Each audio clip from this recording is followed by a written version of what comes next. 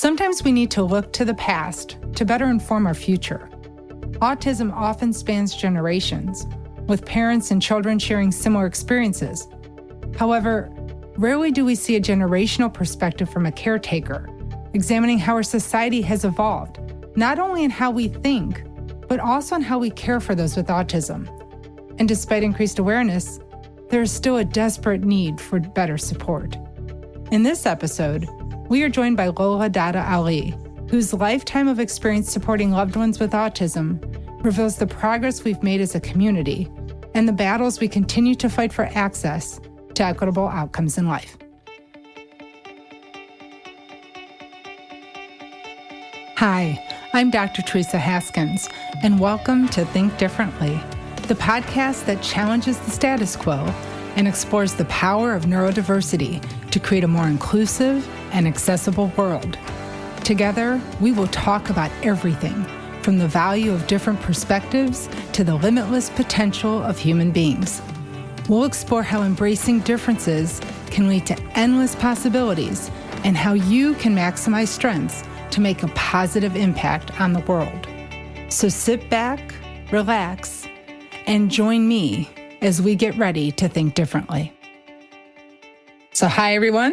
I'm excited for you to join me today, where we are going to explore the diverse landscape of autism advocacy and how our familiar bonds are often the catalyst to how we become advocates in this space. Today, I have the privilege of speaking with Lola Dada-Olley. She's the host of the inspiring podcast, Not Your Mama's Autism. And as an attorney and dedicated advocate for autism rights, Lola brings us a unique perspective, one that she's been building her entire life. So thank you for joining us, Lola. I am so glad to have you here on the podcast. Thank you so much for having me. I really appreciate it. Now, what our audience doesn't know is we've been talking for years, but it's the first time I've had you here. So I'd like to bring the rest of them on the journey and for you to give us some insight about being a mother and, more importantly, a sister to autistic individuals and how this has really shaped your entire journey. Absolutely. So where do I even begin? I have been an advocate in the autism space since 1989. And that was when my baby brother was diagnosed with autism and intellectual disability. And it was at a time before anybody even knew what this word autism was. And it was a time when doctors in the medical community, and the irony is my dad is a pharmacist, my mom is a registered nurse, so they're healthcare professionals themselves.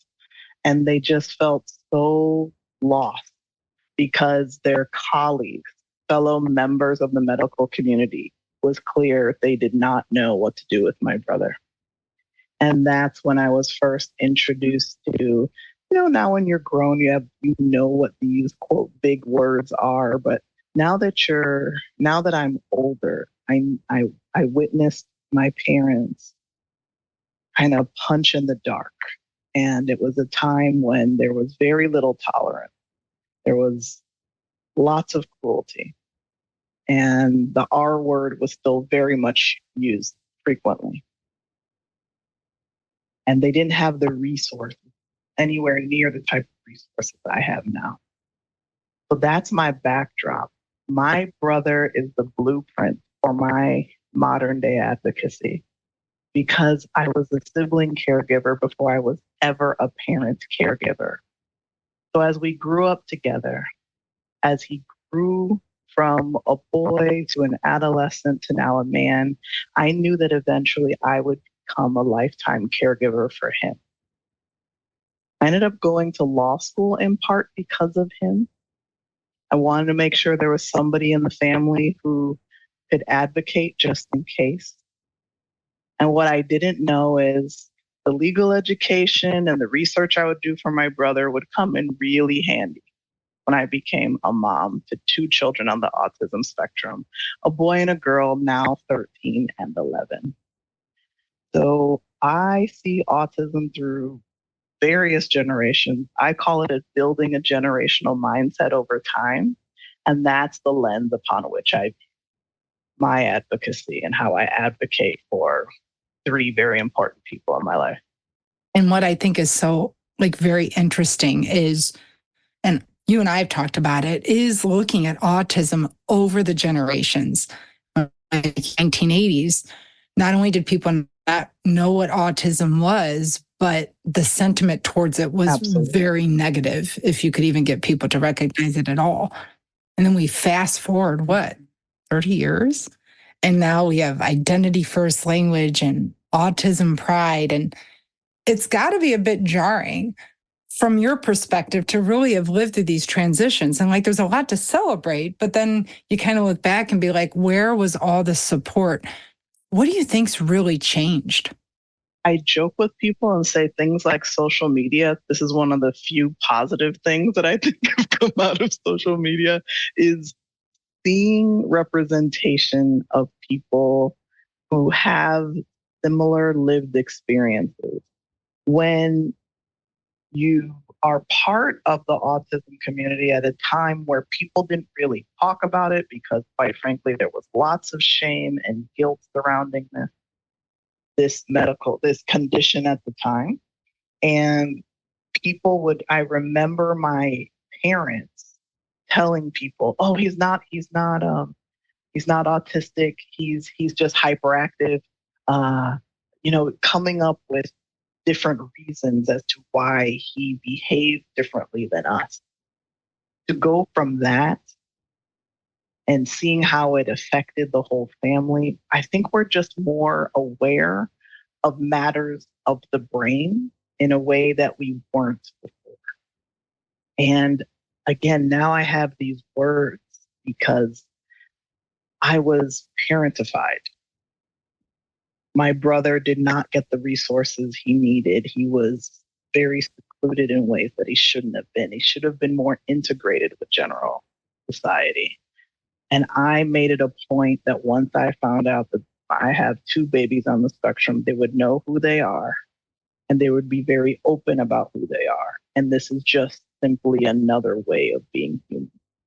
And this another way of being human, and COVID, I think a bit, inspired you to launch Not Your Mama's Autism, which, by the way, love the name of that. But I believe that it also leans towards your experience is so much different because you have the brother and the generational experience. Then you have a son, and we know that most research is on boys, but then you had the gift of a girl. So what led to that terminology? I mean, I have a feeling, but I don't think your experience is typical. Yeah, I would say so. So I joke, I kind of, obviously it's a play on words, Not Your Mama's Autism. It really is, to dig deeper, Not Your Mama's Autism journey. Because my mom and I, because we were raising young children in a very different era, my mom lived with grief and shame in a cultural context that, quite frankly, she shouldn't have had to. So I watched my mom go through grief because she's an immigrant. She was chasing this American dream. Things were supposed to turn out a certain way. My brother was talking and then one day stopped talking, and there were no resources for them. So he regressed in his speech, and we never heard him speak words again. And he's now in his 30s. And I don't think even now my mom ever got over it. When you overlay it to cultural context where we are religious people, there were people who would come to our home and, quite frankly, tell my mom maybe she didn't pray enough, or maybe it's something she did wrong. Again, now we have words for these things. She internalized so much. And growing up as the oldest child and only daughter, I watched my mom go through quite a bit without the mental health resources she needed. So now growing up and knowing what my mom went through and seeing how my brother could have been helped better, that's why I call it Not Your Mama's Autism. Yes, a lot of my life has some deja vu elements, I'll tell you that. But at the same time, I have some resources my mother and my father could only dream of. So that's why that is the title of the podcast. The first season kind of takes you through that first diagnosis, through the current era that we're in. And we sprinkle it with interview style podcasts of members of the global neurodivergent community. So the resources my parents would have loved to have, that's what I think about when I choose interview subjects. And as I think about what you were talking about when he was diagnosed with autism, which really wasn't a word, that was even an earlier DSM. And the DSM-4 did have a diagnosis for your brother, and it would have been the disintegrative degenerative disorder. And for those of you that aren't familiar with that, what Lola was saying is her brother was typically developing, it seemed, right? He was starting to walk and talk. And I guess from the age 3 or 4, he just stopped talking. And this is a real form of autism, folks, and it impacts boys and girls alike. And it's heartbreaking for parents because, in essence, their children go backwards, right? And it just never comes back.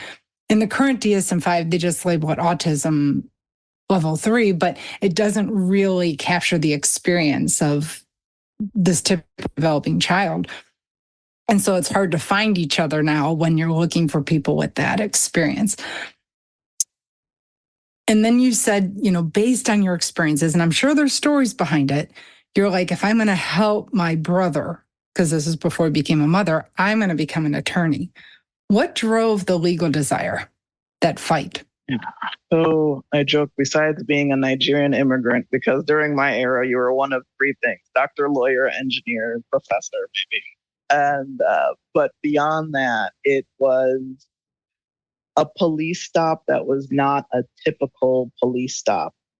So at the time, I was in college. I have 2 younger brothers. One was a fairly new driver, 16, 17. Kunle was a young teenager at the time. Kunle is the name of my baby brother. Wale is the name of my middle brother. His full name is Ayo Kunle, which in our language, our Yoruba language, means joy has filled the home. And one of his ways of self-soothing was he likes being driven around the neighborhood. So we would take him to just drive around, burn all types of gas, drive him around 20, 30 minutes in the neighborhood, and it soothed him. It was his happy place. He liked to look outside, look at the trees, smile, it was very, very calming for him. This particular day, the police stopped my middle brother, Wale. And for background, to our knowledge, we were the first Black family to move into our suburb right outside Chicago. And before I had gone to college, I too had been stopped by the police for reasons that didn't appear to make sense. So my brother was stopped. He eventually found himself pushed against the hood of the car. And an officer started walking in the direction of my baby brother.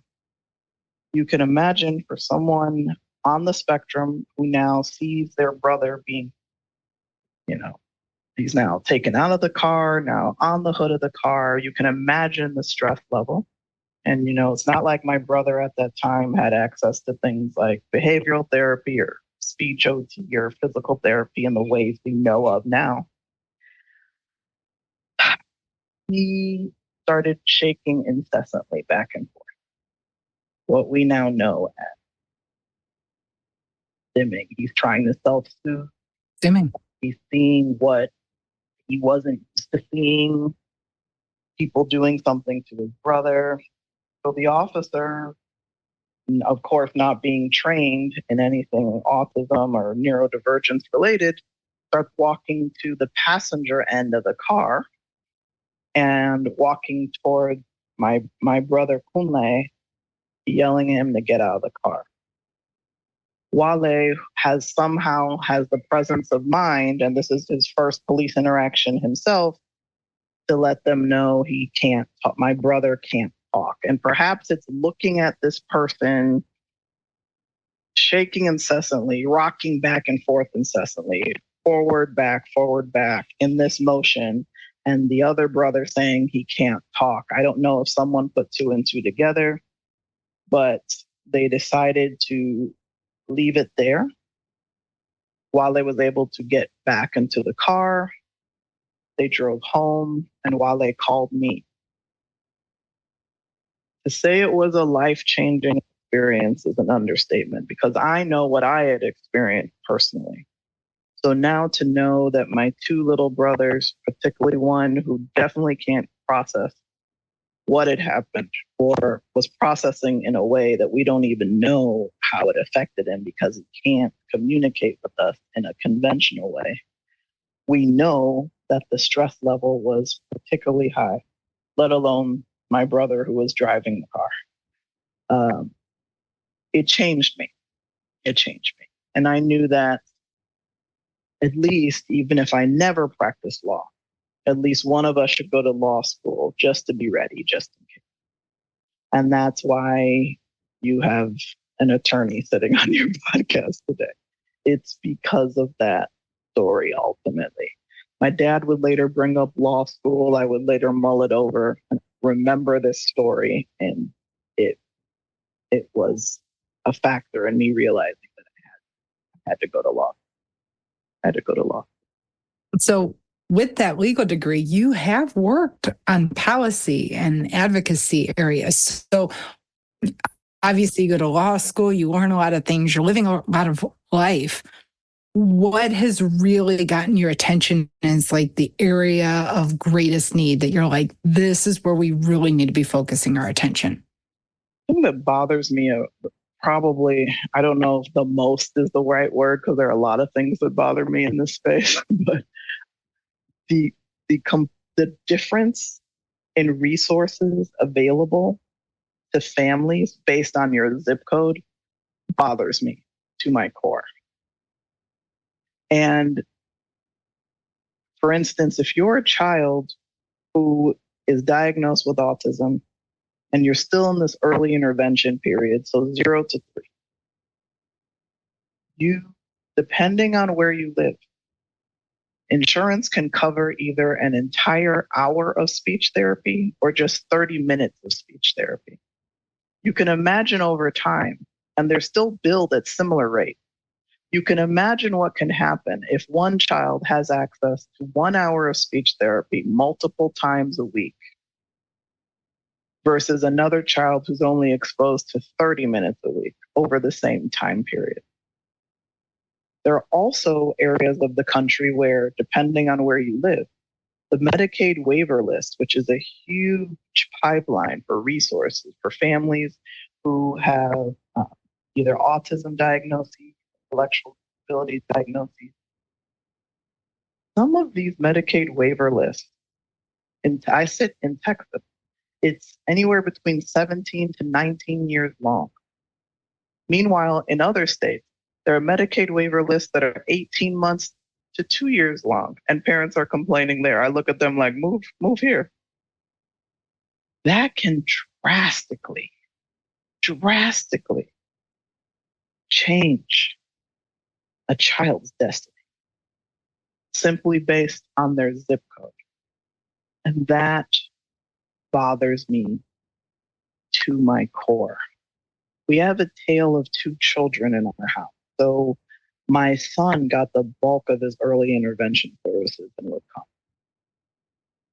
He, for a very affordable fee, because we had great state-backed health insurance, my son was able to get an hour session of speech therapy, hour worth of occupational therapy, hour worth of PT in the same day, and also get applied behavioral analysis therapy and special ed.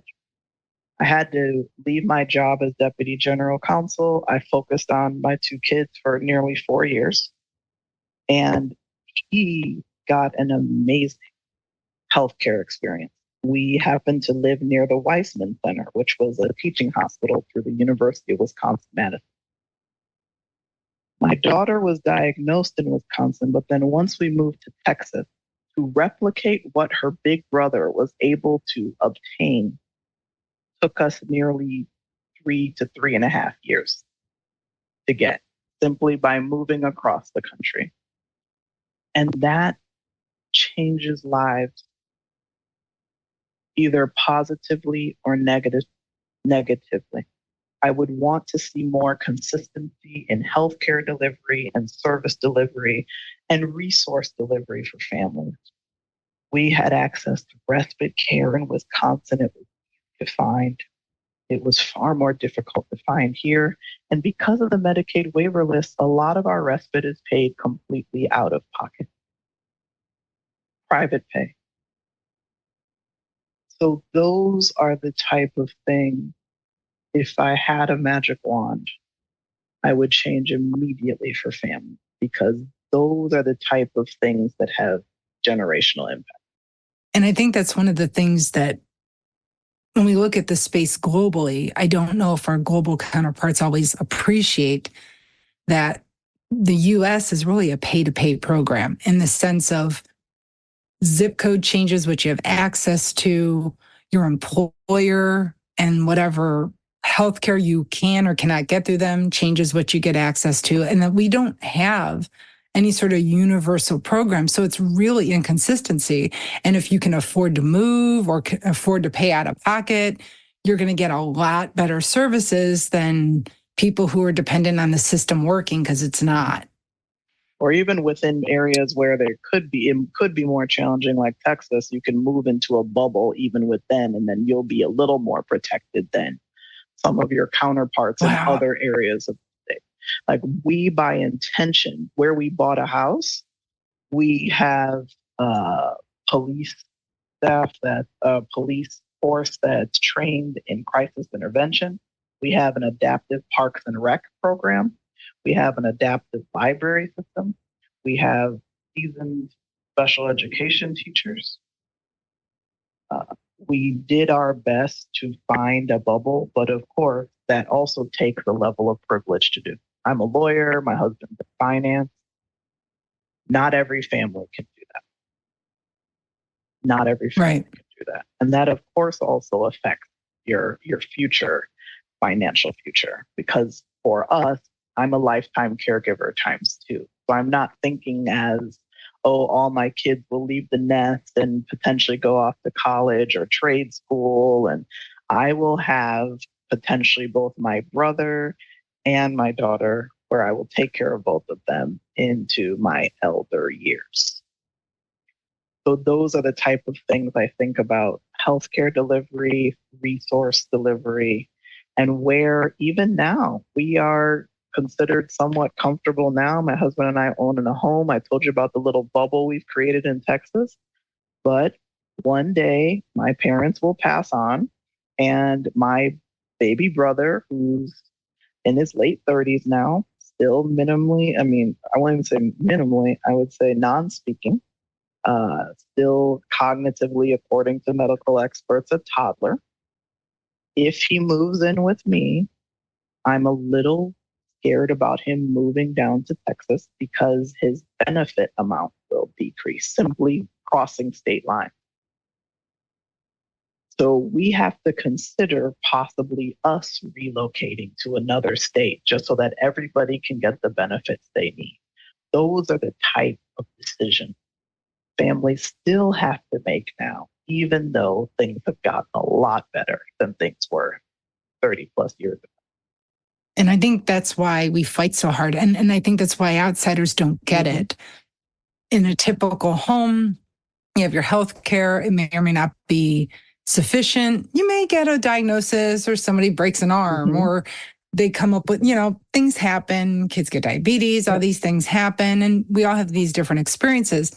But then their children mature, and they're usually planning on like that empty nest. And you and I have talked about, how do you like plan for sustainment of the future? Like, you and I are hoping for the best, and we're giving our children the absolute best education. But like you said, your brother's going to need lifetime care.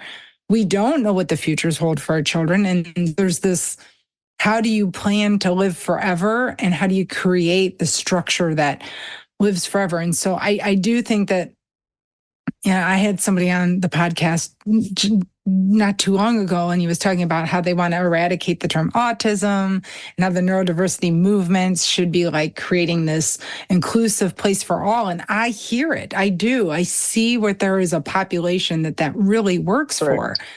But I hope that some of the parent carers on my listeners hear that we also hear those of you that don't have the superhero story, right? Like autism isn't a superpower for everyone. Thank you for saying that, because I think in our community, and I do consider myself part of the community as a lifetime caregiver, there's a difference between, before anybody comes for me, there's a difference between advocate and self-advocate. I'm not a self-advocate, I'm an advocate. I know my place, but I'm still part of the greater neurodivergent community because of who I love and, quite frankly, who came out of my body.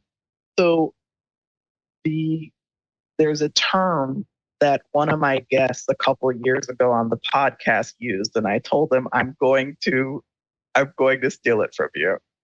He referred to this phenomenon as autism on autism crime, where the greater and yes, I just said it, don't come for me, hear me out. The autism on autism crime really had me thinking that day and ever since. Because a big concern I have as an advocate over 30 years is we forget how wide this spectrum is. And as we're advocating for our own unique life circumstances, we forget that the umbrella is large. And we have to make sure that as we advocate, we're not doing it to the exclusion of somebody. I literally have different ends of the spectrum in my home. I have a child who at 9 years old in the midst of the pandemic told me he was concerned because, quote, if he had invested in Zoom earlier, he would be a billionaire. I have a son like that in my house. Then I have a daughter who, quite frankly, last night, she had an accident and my husband and I had to clean up the feces of an 11-year-old girl. While one of us literally took her to the shower and told her to stay there, as we spent several minutes cleaning the floor all around the bathroom, her not quite understanding what she had done wrong, her looking upset, us explaining to her we're not mad at her. She's not fully potty trained. So we have both in my house. So yes, the same autism in my gene pool can manifest itself as my son sees things before other people. And it's amazing and it's brilliant. He told people months before Trump won that Trump was going to win. And he was a baby then. He was 4 or 5? And he would say interesting things on TV. He would say, Mommy, yes, the woman is smart. That was Hillary Clinton. Yes, the woman is smart, but people really like the man. You can see it on their faces. I'm reading their faces. The man is going to win, Mommy. He sees things before other people. And I see how autism can be this superpower. And at the same time, I can see how, especially when autism is mixed with intellectual disability, it can create this mixture of immense blessing and serious challenge couched within the same family in a way that's very difficult to explain unless you live it every day. And as a lifetime caregiver, you walk this tightrope because you don't want to divulge too much at work or with the wrong people because you're not sure how they will view your family. You're not sure if they're safe places. So when some in the neurodivergent community come at these lifetime caregivers who happen to be parents, some of them are at their wit's end, a big resource that my husband and I both tap into is he's an individual therapy. I'm an individual therapy. Fela, my son, is an individual therapy. And my husband and I are in marriage counseling because we know we're going to be lifetime caregivers. we are equipping our mind to develop this generational, this marathon. When I hear people in the neurodivergent community, and I know they're well-meaning, but when some of them go after these lifetime caregivers who are parents, you might be pushing people over the edge. They might not have the resources to quality mental health. They're just doing the best that they can. And they may not use the right or current terminology all the time, but sometimes we have to make sure that we're not hurting one of our own at the expense of winning a small battle when the war is actually quite large. If we all band, the war is large, massive, and this is and the journey is long. And one of the things that I like to gently tell folks in the circle is oftentimes they posit that you have to have lived experience. And one of the things I've seen in parent boards, and I'm going to go there, Lola, is they'll be like, if you've never lived with autism, you wouldn't know what it's like to raise somebody with autism. But I would argue if you've never been a parent, you don't know how to be a parent. So unless you're an autistic parent of an autistic child, you'd be very unique. And I think they're out there.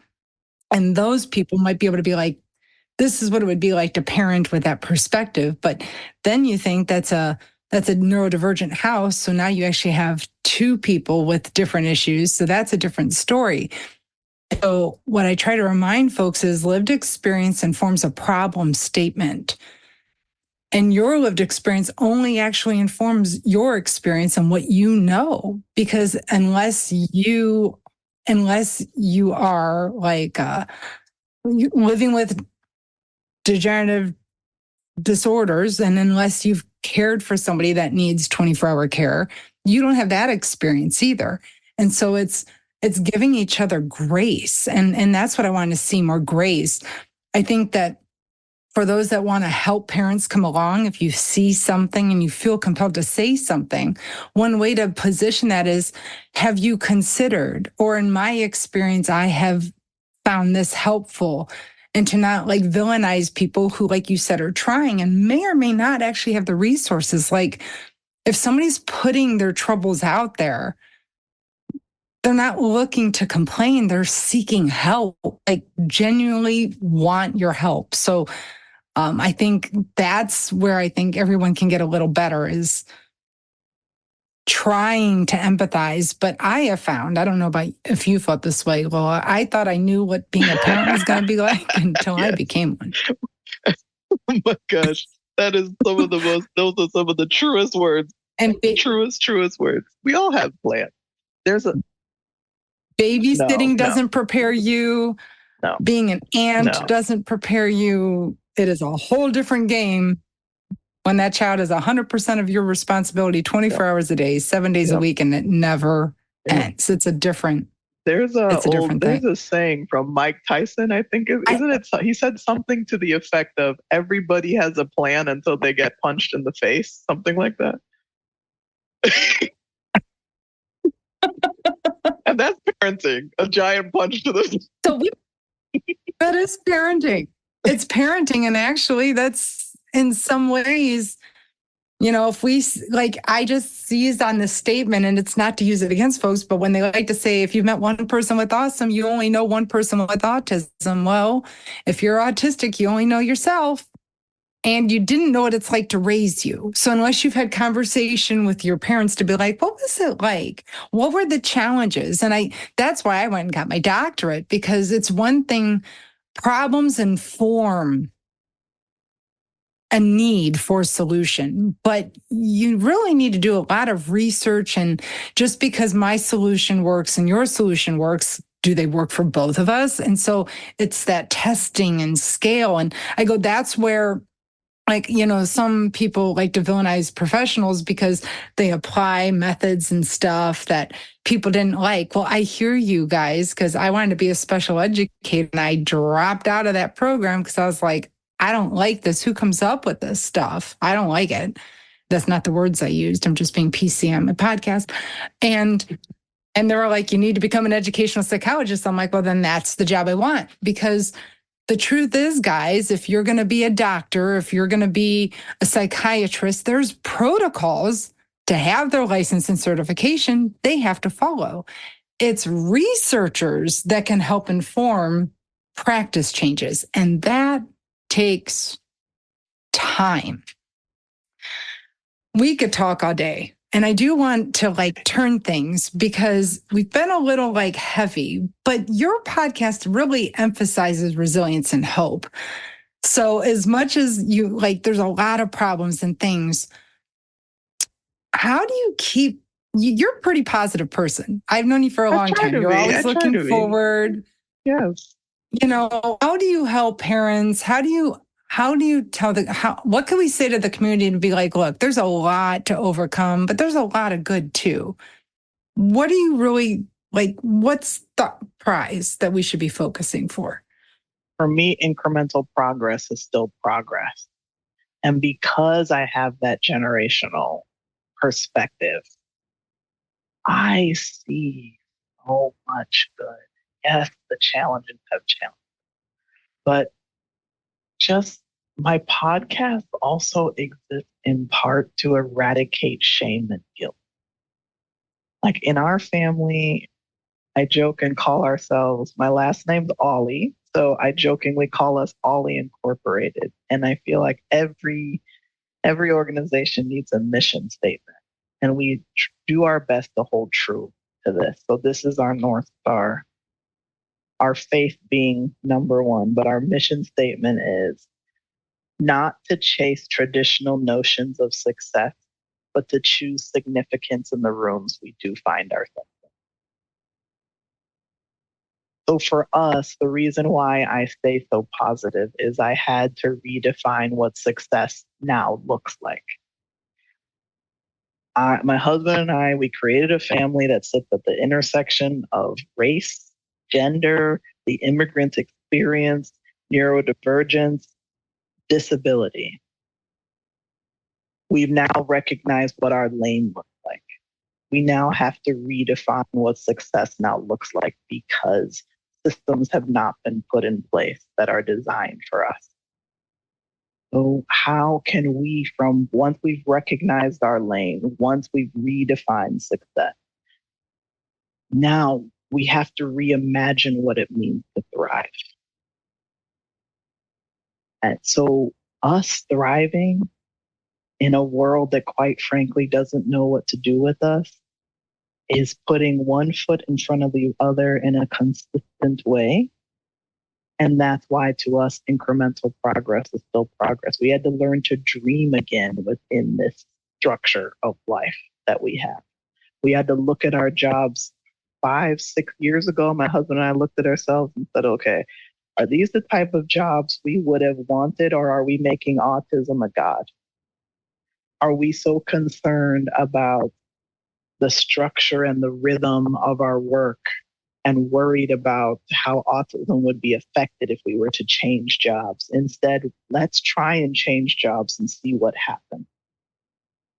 My husband and I are a lot more fulfilled in the jobs we're now in. And then from there, we started saying, okay, we want to travel again as a family. We know Alero has significant, my daughter's name is Alero. We know Alero has significant sensory challenges when it comes to travel, much like my brother did, her uncle in the previous generation. But where my mom didn't have those resources, incremental progress is still progress. We knew that one day we wanted to travel internationally as a family. So we had occupational therapists work with both of our children for years. And then the beautiful day came where we flew to Barcelona, Spain. 8 hours, Alero's longest plane flight, and she landed. And Teresa, I cried.